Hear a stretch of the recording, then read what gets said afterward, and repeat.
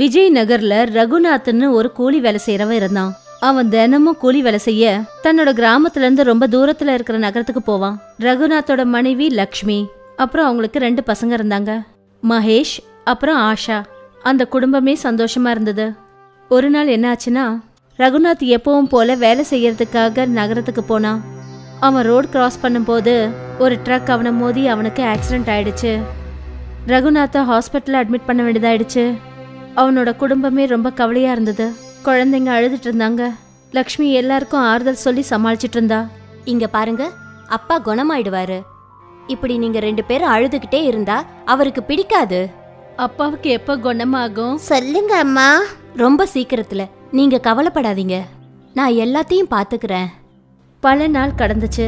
ரகுநாத்தோட நிலைமை பரவாயில்ல, ஆனாலும் அவனால இப்ப நடக்கலாம் முடியாது. ஒரு நாள் நர்ஸ் லக்ஷ்மிய பாக்கிறதுக்கு வந்தாங்க. உங்களை டாக்டர் சார் கூப்பிடுறாரு. லக்ஷ்மி டாக்டரோட கேபினுக்கு போனா. சிஸ்டர், நான் உங்களுக்கு ஒரு பொய்யான நம்பிக்கை கொடுக்க விரும்பல. உங்க ஹஸ்பண்டோட 2 காலுக்கும் ஆபரேஷன் பண்ணி ஆகணும். அப்பதான் அவரால் நடக்க முடியும். ஆனா உங்க நிலைமைய பாக்கும்போது உங்களால அவ்வளவு செலவு பண்ண முடியுமான்னு எனக்கு தெரியல. எவ்வளவு செலவாகும் டாக்டர் சார்? கிட்டத்தட்ட 20 லட்சம் ரூபாய். ஐயோ கடவுளே. ஒருவேளை அவருக்கு இந்த ஆபரேஷன் பண்ணலன்னா அவரால் எப்பவும் நடக்க முடியாம போயிடும். இப்போ நீங்க தான் உங்க முடிவை சொல்லணும். ஒருவேளை அவருடைய ஆபரேஷனுக்கு நீங்க பணம் ரெடி பண்ண முடியும்னா ரொம்ப நல்லா இருக்கும். சரிங்க டாக்டர் சார், நான் முயற்சி பண்றேன். லக்ஷ்மிக்கு ஒரே யோசனை ஆயிடுச்சு, தன்னோட புருஷனை எப்படி காப்பாத்துறதுன்னு. அவ பசங்களோட வீட்டுக்கு போனா. தன்னோட நகைகளை எடுத்து பார்த்தா. இது ரொம்ப கம்மியா இருக்கு. இத வச்சா 1 லட்சம் ரூபாய் கூட கிடைக்காது. வீட்டையும் பாத்துக்கணும், அவருக்கும் வைத்தியம் பண்ணணும். இதெல்லாம் எப்படி முடியும்? லக்ஷ்மி தன்னோட நகைகளை பார்த்துக்கிட்டு இருந்தா. அப்பதான் தன்னோட 2 குழந்தைங்களும் பக்கத்துல வந்தாங்க. அம்மா, இந்த மாங்கல்யத்தையும் வளையலையும் நீங்க வித்துருவீங்களா? வேற எந்த வழியும் தெரியலடா கண்ணா. அம்மா, வேணும்னா நாம எல்லாரும் சேர்ந்து சம்பாதிக்கலாமா? எப்படி? நீங்க இட்லி நல்லா பண்ணுவீங்கல்ல, நாம ஒரு இட்லி கடை போட்டா என்னம்மா? அதை நாம செய்யலாம் தான். ஆனா அதுல அவ்வளவு பணம் நமக்கு கிடைக்குமா? அதுவும் 20 லட்சம்.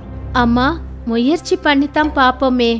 அந்த கடவுள் மனசு வச்சாருன்னா நிச்சயமா நமக்கு பணம் வந்து சேருமா. அப்புறம் அப்பாவுக்கு ஆபரேஷனும் நடக்கும். ரொம்ப பெரியவங்களாயிட்டீங்க. வாங்க, இட்லி வியாபாரத்துக்கு தேவையானதை ரெடி பண்ணுவோம். லக்ஷ்மியும் பசங்களும் வீட்ல இருந்த சாமான் எல்லாத்தையும் சேகரிச்சாங்க. இதோ கரண்டி, பிளேட்ஸ். இதோ அடுப்பு ரெடியா இருக்கு. இதோ இருக்கு இட்லி குக்கர். ஆனா எனக்கு தெரிஞ்சு இது ரொம்ப சின்னது. கடைக்கு நிறைய பேர் வந்துட்டாங்கன்னா உடனே இட்லிலாம் ரெடி பண்ண முடியாது. அதுக்கு நாம என்னம்மா செய்யணும்? நாம புதுசா இட்லி குக்கர் வாங்கணும். என்கிட்ட கொஞ்சம் பணம் இருக்கு, அதுல பெரிய இட்லி குக்கர் வாங்கலாம். இட்லி குக்கர் வாங்கறதுக்காக 3 பேரும் கடைக்கு போனாங்க. அண்ணே, ஒரு பெரிய இட்லி குக்கர் ஒன்னு காட்டுங்களேன். அந்த கடைக்காரர் அவங்களுக்கு ஒரு குக்கர் எடுத்து காட்டினாரு. இதை விட பெருசா வேணும். தங்கச்சிமா, இதை விட பெரிய இட்லி குக்கர் என்கிட்ட கிடையாது. இப்பெல்லாம் இதை விட பெரிய இட்லி குக்கர் வர்றது கிடையாது. என்னென்ன இப்படி சொல்றீங்க? ஆனா நீங்க பழைய இட்லி குக்கர் வாங்கிக்கலாமே. பக்கத்துலதான் ஒரு பழைய பாத்திர கடை இருக்கு தங்கச்சிமா. அவங்க கிட்ட நிச்சயமா பெரிய இட்லி குக்கர்ஸ் இருக்கும். எதுக்கும் நீங்க அங்கேயும் போய் பாருங்க. சரிங்க அண்ணே. லக்ஷ்மியும் அவளோட பசங்களும் பக்கத்து கடைக்கு போனாங்க. அங்க லக்ஷ்மியோட பார்வை ஒரு பெரிய பித்தளை இட்லி குக்கர் மேல பட்டுச்சு. அண்ணே, இந்த பெரிய இட்லி குக்கரோட விலை என்ன? இது பழசாச்சேமா, இது 500 ரூபாய் வரும். சரி, அப்ப அதை எனக்கு கொடுங்க. லக்ஷ்மியும் அவளோட பசங்களும் அந்த பெரிய பித்தளை இட்லி குக்கரை வாங்கிக்கிட்டு வீட்டுக்கு வந்தாங்க. வீட்டுக்கு வந்ததும், அம்மா, நீங்க இந்த இட்லி குக்கரை எதுக்காக தேர்ந்தெடுத்தீங்க? பக்கத்திலேயே ஸ்டீல் குக்கர்ஸ் எல்லாம் எத்தனை இருந்தது. எதுக்காக பித்தளை குக்கரை வாங்குனீங்க? ஏன்னா இது பித்தளை பாத்திரத்துல இட்லி செஞ்சா ரொம்ப சுவையா இருக்கும். அது மட்டும் இல்லாம இது நமக்கு ரொம்ப கம்மியான விலையில கிடைச்சிருக்கு. ஆனா அம்மா, நாம புது குக்கர்ல வாங்கியிருக்கணும். பாருங்க, இது மேல எவ்வளவு அழுக்கா இருக்கு. ஆஷா, இது பித்தளை. இத நல்லா தேய்ச்சோம்னா பளபளன்னு இருக்கும். சரிங்கம்மா. லக்ஷ்மி அந்த இட்லி குக்கரை சுத்தம் பண்ணா. அது பளபளத்துச்சு. அடேங்கப்பா, இது பளபளன்னு இருக்கு. நான் தான் சொன்னல.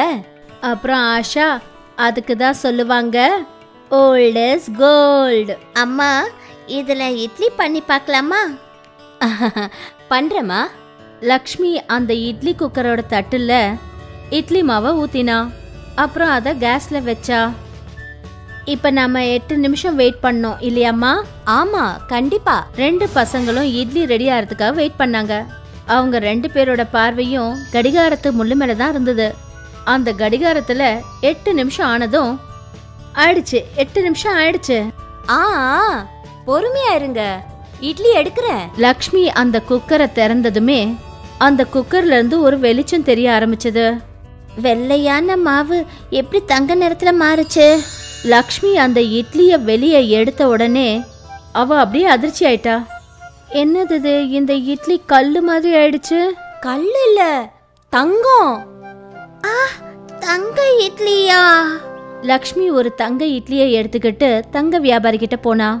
அப்புறம் அத அங்க செக் பண்ணி பார்த்தா. இது உண்மையிலேயே சுத்த தங்கம்பா? அத கேட்டதும் லக்ஷ்மியால நம்பவே முடியல.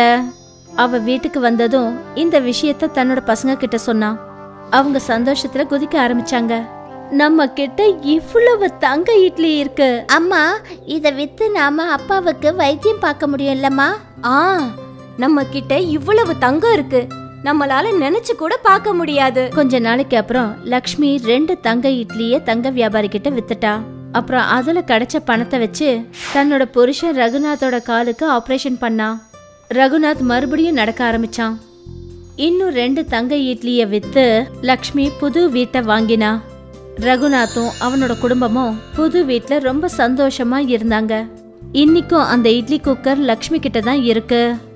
ஆனா அந்த குக்கர்ல அவ மறுபடியும் இட்லி ஊத்தவே இல்ல. அம்மா நாம மறுபடியும் தங்க இட்லி பண்ண முடியாதா? வேண்டாம், ஏன்னா கடவுள் நமக்கு இவ்வளவு கொடுத்திருக்கிறதே ரொம்ப பெரிய விஷயம். அது மட்டும் இல்லாம ஆஷா, அம்மா எப்பவும் சொல்லுவாங்கல்ல, பேராசைப்படுறது ரொம்ப தப்புன்னு. அப்புறம் நாம எப்பவும் பேராசைப்படவே கூடாது. ரொம்ப சரியா சொன்ன. நமக்கு இந்த மாதிரி ஒரு மாய குக்கர் கிடைச்ச விஷயத்த நீங்க 2 பேருமே மறந்துருங்க. அப்புறம் எப்பவும் சந்தோஷமா இருங்க. விஜய் நகர்ல ரகுநாத்னு ஒரு கூலி வேலை செய்யறவன் இருந்தான். அவன் தினமும் கூலி வேலை செய்ய தன்னோட கிராமத்துல இருந்து ரொம்ப தூரத்துல இருக்கிற நகரத்துக்கு போவான். ரகுநாத்தோட மனைவி லக்ஷ்மி, அப்புறம் அவங்களுக்கு 2 பசங்க இருந்தாங்க, மகேஷ் அப்புறம் ஆஷா. அந்த குடும்பமே சந்தோஷமா இருந்தது. ஒரு நாள் என்ன ஆச்சுன்னா, ரகுநாத் எப்பவும் போல வேலை செய்யறதுக்காக நகரத்துக்கு போனான். அவன் ரோடு கிராஸ் பண்ணும்போது ஒரு ட்ரக் அவனை மோதி அவனுக்கு ஆக்சிடென்ட் ஆயிடுச்சு. ரகுநாத்தை ஹாஸ்பிட்டல்ல அட்மிட் பண்ண வேண்டியதாயிடுச்சு. அவனோட குடும்பமே ரொம்ப கவலையா இருந்தது. குழந்தைங்க அழுதுட்டு இருந்தாங்க. லக்ஷ்மி எல்லாருக்கும் ஆறுதல் சொல்லி சமாளிச்சிட்டு இருந்தா. இங்க பாருங்க, அப்பா குணமாயிடுவாரு. இப்படி நீங்க 2 பேரும் அழுதுகிட்டே இருந்தா அவருக்கு பிடிக்காது. அப்பாவுக்கு எப்ப குணமாகும்? சொல்லுங்க அம்மா. ரொம்ப சீக்கிரத்துல. நீங்க கவலைப்படாதீங்க, நான் எல்லாத்தையும் பாத்துக்கிறேன். பல நாள் கடந்துச்சு. ரகுநாத்தோட நிலைமை பரவாயில்ல, ஆனாலும் அவனால இப்ப நடக்கலாம் முடியாது. ஒரு நாள் நர்ஸ் லக்ஷ்மியை பார்க்கறதுக்கு வந்தாங்க. உங்களை டாக்டர் சார் கூப்பிடுறாரு. லக்ஷ்மி டாக்டரோட கேபினுக்கு போனா. சிஸ்டர், நான் உங்களுக்கு ஒரு பொய்யான நம்பிக்கையை கொடுக்க விரும்பல. உங்க ஹஸ்பண்டோட 2 காலுக்கும் ஆபரேஷன் பண்ணி ஆகணும். அப்பதான் அவரால் நடக்க முடியும். ஆனா உங்க நிலைமைய பார்க்கும்போது உங்களால அவ்வளவு செலவு பண்ண முடியுமான்னு எனக்கு தெரியல. எவ்வளவு செலவாகும் டாக்டர் சார்? கிட்டத்தட்ட 20 லட்சம் ரூபாய். ஐயோ கடவுளே. ஒருவேளை அவருக்கு இந்த ஆபரேஷன் பண்ணலன்னா அவரால் எப்பவும் நடக்க முடியாம போயிடும். இப்போ நீங்க தான் உங்க முடிவை சொல்லணும். ஒருவேளை அவருடைய ஆபரேஷனுக்கு நீங்க பணம் ரெடி பண்ண முடியும்னா ரொம்ப நல்லா இருக்கும். சரிங்க டாக்டர் சார், நான் முயற்சி பண்றேன். லக்ஷ்மிக்கு ஒரே யோசனை ஆயிடுச்சு, தன்னோட புருஷனை எப்படி காப்பாத்துறதுன்னு. அவ பசங்களோட வீட்டுக்கு போனா. தன்னோட நகைகளை எடுத்து பார்த்தா. இது ரொம்ப கம்மியா இருக்கு, இத வச்சா 1 லட்சம் ரூபாய் கூட கிடைக்காது. வீட்டையும் பாத்துக்கணும், அவருக்கும் வைத்தியம் பண்ணணும். இதெல்லாம் எப்படி முடியும்? லக்ஷ்மி தன்னோட நகைகளை பார்த்துக்கிட்டு இருந்தா. அப்பதான் தன்னோட 2 குழந்தைங்களும் பக்கத்துல வந்தாங்க. அம்மா, இந்த மாங்கல்யத்தையும் வளையலையும் நீங்க வித்துருவீங்களா? வேற எந்த வழியும் தெரியலடா கண்ணா. அம்மா வேணும்னா நாம எல்லாரும் சேர்ந்து சம்பாதிக்கலாமா? எப்படி? நீங்க இட்லி நல்லா பண்ணுவீங்கல்ல, நாம ஒரு இட்லி கடை போட்டா என்னம்மா? அதை நாம செய்யலாம் தான். ஆனா அதுல அவ்வளவு பணம் நமக்கு கிடைக்குமா? அதுவும் 20 லட்சம். அம்மா, முயற்சி பண்ணித்தான் பாப்போமே. அந்த கடவுள் மனசு வச்சாருன்னா நிச்சயமா நமக்கு பணம் வந்து சேருமா. அப்புறம் அப்பாவுக்கு ஆபரேஷனும் நடக்கும். ரொம்ப பெரியவங்களாயிட்டீங்க. வாங்க, இட்லி வியாபாரத்துக்கு தேவையானதை ரெடி பண்ணுவோம். லக்ஷ்மியும் பசங்களும் வீட்ல இருந்த சாமான் எல்லாத்தையும் சேகரிச்சாங்க. இதோ கரண்டி, பிளேட்ஸ். இதோ அடுப்பு ரெடியா இருக்கு. இதோ இருக்கு இட்லி குக்கர். ஆனா எனக்கு தெரிஞ்சு இது ரொம்ப சின்னது. கடைக்கு நிறைய பேர் வந்துட்டாங்கன்னா உடனே இட்லிலாம் ரெடி பண்ண முடியாது. அதுக்கு நாம என்னம்மா செய்யணும்? நாம புதுசா இட்லி குக்கர் வாங்கணும். என்கிட்ட கொஞ்சம் பணம் இருக்கு. அதுல பெரிய இட்லி குக்கர் வாங்கலாம். இட்லி குக்கர் வாங்கறதுக்காக 3 பேரும் கடைக்கு போனாங்க. அண்ணே, ஒரு பெரிய இட்லி குக்கர் ஒன்னு காட்டுங்களேன். அந்த கடைக்காரர் அவங்களுக்கு ஒரு குக்கர் எடுத்து காட்டினாரு. இதை விட பெருசா வேணும். தங்கச்சிமா, இதை விட பெரிய இட்லி குக்கர் என்கிட்ட கிடையாது. இப்பெல்லாம் இதை விட பெரிய இட்லி குக்கர் வர்றது கிடையாது. என்னென்ன இப்படி சொல்றீங்க? ஆனா நீங்க பழைய இட்லி குக்கர் வாங்கிக்கலாமே. பக்கத்துலதான் ஒரு பழைய பாத்திர கடை இருக்கு தங்கச்சிமா. அவங்க கிட்ட நிச்சயமா பெரிய இட்லி குக்கர்ஸ் இருக்கும். எதுக்கும் நீங்க அங்கேயும் போய் பாருங்க. சரிங்க அண்ணே. லக்ஷ்மியும் அவளோட பசங்களும் பக்கத்து கடைக்கு போனாங்க. அங்க லக்ஷ்மியோட பார்வை ஒரு பெரிய பித்தளை இட்லி குக்கர் மேல பட்டுச்சு. அண்ணே, இந்த பெரிய இட்லி குக்கரோட விலை என்ன? இது பழசாச்சமா, இது 500 ரூபாய் வரும். சரி, அப்ப அதை எனக்கு கொடுங்க. லக்ஷ்மியும் அவளோட பசங்களும் அந்த பெரிய பித்தளை இட்லி குக்கரை வாங்கிக்கிட்டு வீட்டுக்கு வந்தாங்க. வீட்டுக்கு வந்ததும், அம்மா, நீங்க இந்த இட்லி குக்கரை எதுக்காக தேர்ந்தெடுத்தீங்க? பக்கத்திலேயே ஸ்டீல் குக்கர்ஸ் எல்லாம் எத்தனை இருந்தது. எதுக்காக பித்தளை குக்கரை வாங்குனீங்க? ஏன்னா இது பித்தளை பாத்திரத்துல இட்லி செஞ்சா ரொம்ப சுவையா இருக்கும். அது மட்டும் இல்லாம இது நமக்கு ரொம்ப கம்மியான விலையில கிடைச்சிருக்கு. ஆனா அம்மா, நாம புது குக்கர்ல வாங்கியிருக்கணும். பாருங்க, இது மேல எவ்வளவு அழுக்கா இருக்கு. ஆஷா, இது பித்தளை. இத நல்லா தேய்ச்சோம்னா பளபளன்னு இருக்கும். சரிங்கம்மா. லக்ஷ்மி அந்த இட்லி குக்கரை சுத்தம் பண்ணா. அது பளபளத்துச்சு. அடேங்கப்பா, இது பளபளன்னு இருக்கு. நான் தான் சொன்னல. அப்புறம் ஆஷா, அதுக்கு தான் சொல்லுவாங்க ஓல்ட் இஸ் கோல்ட். அம்மா, இதுல இட்லி பண்ணி பார்க்கலாமா? பண்றமா. லக்ஷ்மி அந்த இட்லி குக்கரோட தட்டுல இட்லி மாவை ஊத்தினா. அப்புறம் அதை கேஸ்ல வச்சா. இப்ப நாம 8 நிமிஷம் வெயிட் பண்ணோம் இல்லையாம்மா? ஆமா, கண்டிப்பா. 2 பசங்களும் இட்லி ரெடி ஆகிறதுக்காக வெயிட் பண்ணாங்க. அவங்க 2 பேரோட பார்வையும் கடிகாரத்து முள்ளு மேலதான் இருந்தது. அந்த கடிகாரத்துல 8 நிமிஷம் ஆனதும் ஆயிடுச்சு. 8 நிமிஷம் ஆயிடுச்சு. ஆ, பொறுமையா இருங்க, இட்லி எடுக்கிறேன். லக்ஷ்மி அந்த குக்கரை திறந்ததுமே அந்த குக்கர்ல இருந்து ஒரு வெளிச்சம் தெரிய ஆரம்பிச்சது. வெள்ளையான மாவு எப்படி தங்க நிறத்துல மாறுச்சு? லக்ஷ்மி அந்த இட்லிய வெளியே எடுத்த உடனே அவ அப்படியே அதிர்ச்சி ஆயிட்டா. என்னது இது? இந்த இட்லி கல்லு மாதிரி ஆயிடுச்சு. கல்லு இல்ல, தங்கம். தங்க இட்லியா? லக்ஷ்மி ஒரு தங்க இட்லியை எடுத்துக்கிட்டு தங்க வியாபாரி கிட்ட போனா. அப்புறம் அத அங்க செக் பண்ணி பார்த்தா. இது உண்மையிலேயே சுத்த தங்கம்பா. அத கேட்டதும் லக்ஷ்மியால நம்பவே முடியல. அவ வீட்டுக்கு வந்ததும் இந்த விஷயத்த தன்னோட பசங்க கிட்ட சொன்னா. அவங்க சந்தோஷத்துல குதிக்க ஆரம்பிச்சாங்க.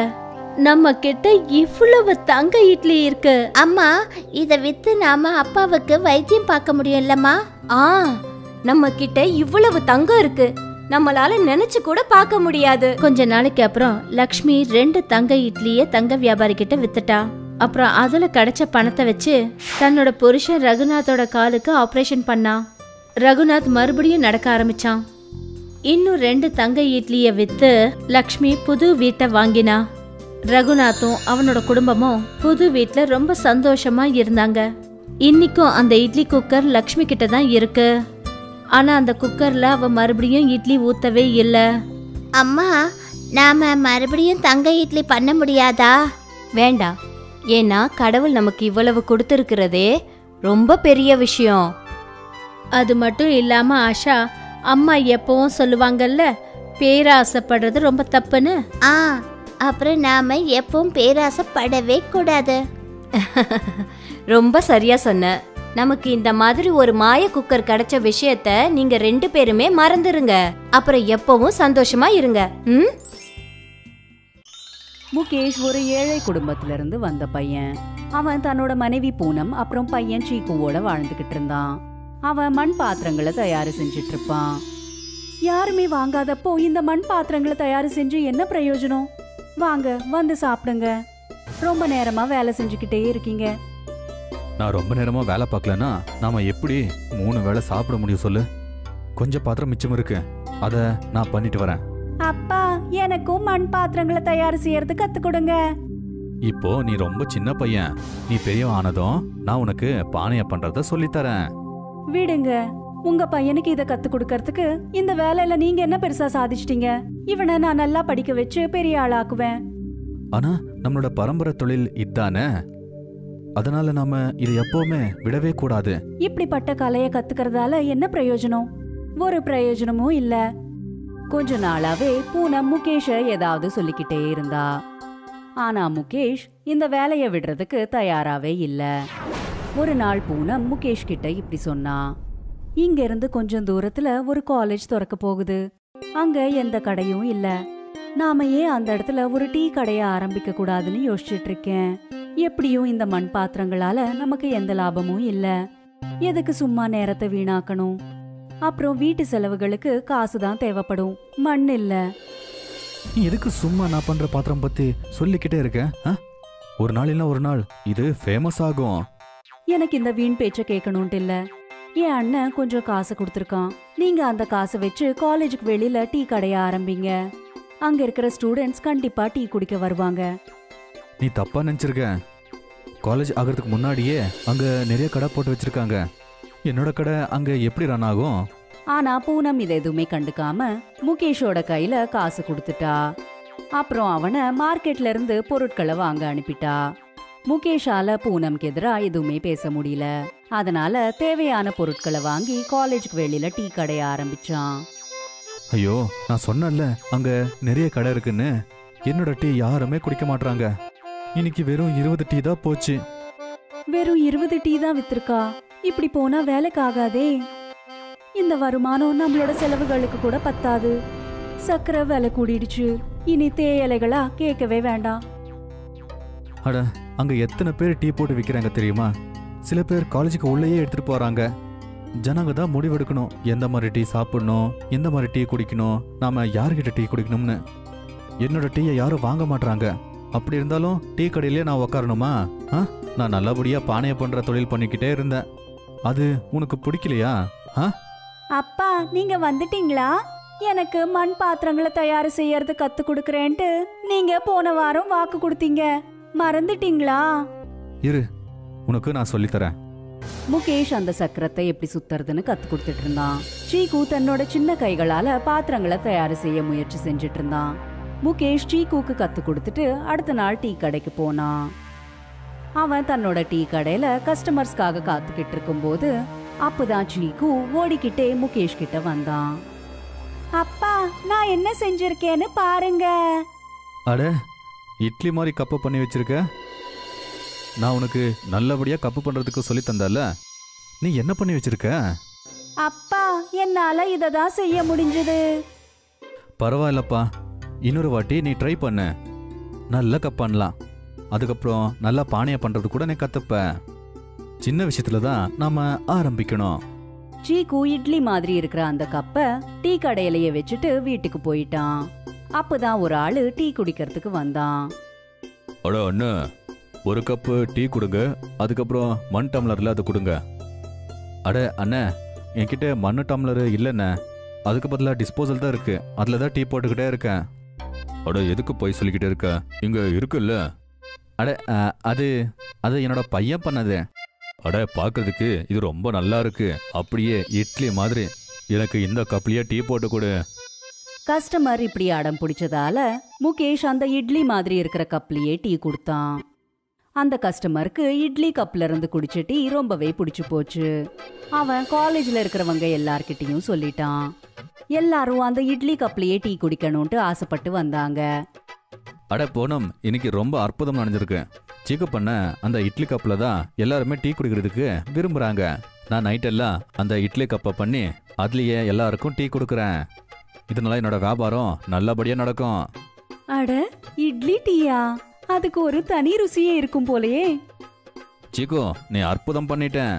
அந்த இட்லி மாதிரி கப்பு பண்ணது ரொம்ப நல்லதா போச்சுப்பா. யாரோட பையன்? நம்ம பையன் ஒரு நாள் பெரிய ஆளாவான்ட்டு நான் சொன்னேன்ல.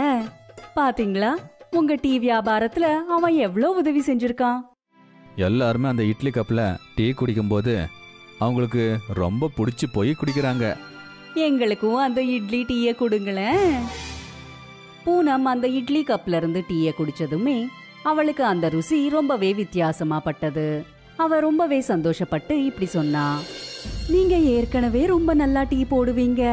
இப்போ இந்த இட்லி கப்ல டீயை ஊத்தினதுமே அந்த டீயோட டேஸ்ட் இன்னும் கூடி போயிடுச்சு தெரியுமா? அட, இது இட்லி டீ, அதனால இதோட டேஸ்ட்டும் கூட ரொம்ப நல்லா இருக்கும். இதுல இட்லி மாதிரியே நறுமணம் வரும். இதை குடிக்கும்போது டீ கூட இட்லி சாப்பிட்ற மாதிரியே ஒரு ஃபீல் வரும். நீங்க சரியா சொல்லிருக்கீங்க. அந்த காலேஜ்ல நிறைய சவுத் இந்தியன்ஸ் தான் இருக்காங்க. அதனாலதான் இந்த இட்லி டீயை ரொம்ப விரும்பி சாப்பிட்றாங்கன்னு நினைக்கிறேன். இப்போ முகேஷ் இட்லி டீ கடைக்காரன்ட்டு ரொம்பவே ஃபேமஸ் ஆயிட்டான். இப்போ எல்லாரும் அவனோட இட்லி டீயை குடிக்க விருப்பப்பட்டாங்க. ஏன்னா அவனோட இட்லி டீல ஒரு தனி டேஸ்டே இருந்தது. அட, உங்களுடைய அந்த இட்லி டீ ரொம்ப நல்லா இருக்கு. இதுல ரொம்ப டிஃப்ரெண்டான டேஸ்ட் இருக்கு. எனக்கு இங்க ஒரு ரெஸ்டாரண்ட் இருக்கு, அங்க இந்த டீயை போடுறீங்களா? ஆனா நான் ஒன்றும் கவலைப்பட தேவையில்லை. வந்த லாபத்தை உங்களுக்கும் தரேன். எங்க ரெஸ்டாரண்ட்ல நீங்க வேலை பார்த்தா அதுவே போதும். இந்த இட்லி டீயை என்னோட ரெஸ்டாரண்ட்ல வச்சு சேல் பண்ணுங்க. இல்ல சார், ஜனங்களுக்கு ஒரு நல்ல டீ கொடுக்கறதுக்கு தான் நான் இந்த டீயை விற்கிறேன். என்னோட லாபத்துக்கு இல்லை. இந்த டீயை குடிச்சிட்டு அவங்க சந்தோஷப்படும் போது எனக்கு என்னோட லாபத்தோட லட்சக்கணக்கில் சம்பாதிக்கிற மாதிரி ஒரு ஃபீல் கிடைக்கும். உங்க ரெஸ்டாரண்ட்டுக்கு ஏழைங்க எல்லாம் வர முடியாது. என்னோட டீ கடைக்கு எல்லா விதமான ஜனங்க வருவாங்க. இந்த இட்லி டீயை எல்லாருக்குமே நான் விற்பேன், வெறும் பணக்காரங்களுக்கு மட்டும் இல்லை. நீ சொல்றது கேட்டா உண்மையில எனக்கு ரொம்ப பெருமையா இருக்கு. நான் சும்மா தான் உன்கிட்ட டெஸ்ட் பண்ணி பார்த்தேன். இந்த இட்லி டீயை பண்ணிட்டு நல்லா சேல் ஆகுதுல்ல, அதனால உனக்கு திமிரு இருக்கான்னு டெஸ்ட் பண்ண. ஆனா நீ ஒரு நேர்மையான மனிதன். இந்த டீ கடை ரொம்ப பெருசா வரணும்னு நான் கடவுள்கிட்ட வேண்டிக்கிறேன்ப்பா. இப்படியே கஸ்டமர் உங்ககிட்ட வந்துகிட்டே இருக்கட்டும். முகேஷ் இதே போல எல்லாருக்கும் சேவை செஞ்சுக்கிட்டு இருந்தான். அவன் தன்னோட சின்ன ஸ்டால்லையே இட்லி டீ தயார் செஞ்சு வித்துக்கிட்டு இருந்தான். அது ஜனங்களுக்கு ரொம்பவே பிடிச்சிருந்தது. அப்புறம் எல்லாருமே அவனை இட்லி டீ கடைக்கார மாமான்ட்டு ஃபேமஸ் ஆக்கிட்டாங்க. இப்போ அவனை பத்தின நியூஸ் யூடியூப்லயும் நியூஸ் சேனல்ஸ்லயும் வந்தது. நிறைய பேர் அவனோட இட்லி டீயை குடிக்கிறதுக்கு தூரத்துல இருந்து கூட வந்துட்டு இருந்தாங்க. இப்போ அவன் முகேஷ் டீக்காரன் கிடையாது, அவன் இட்லி டீக்காரனா மாறிட்டான்.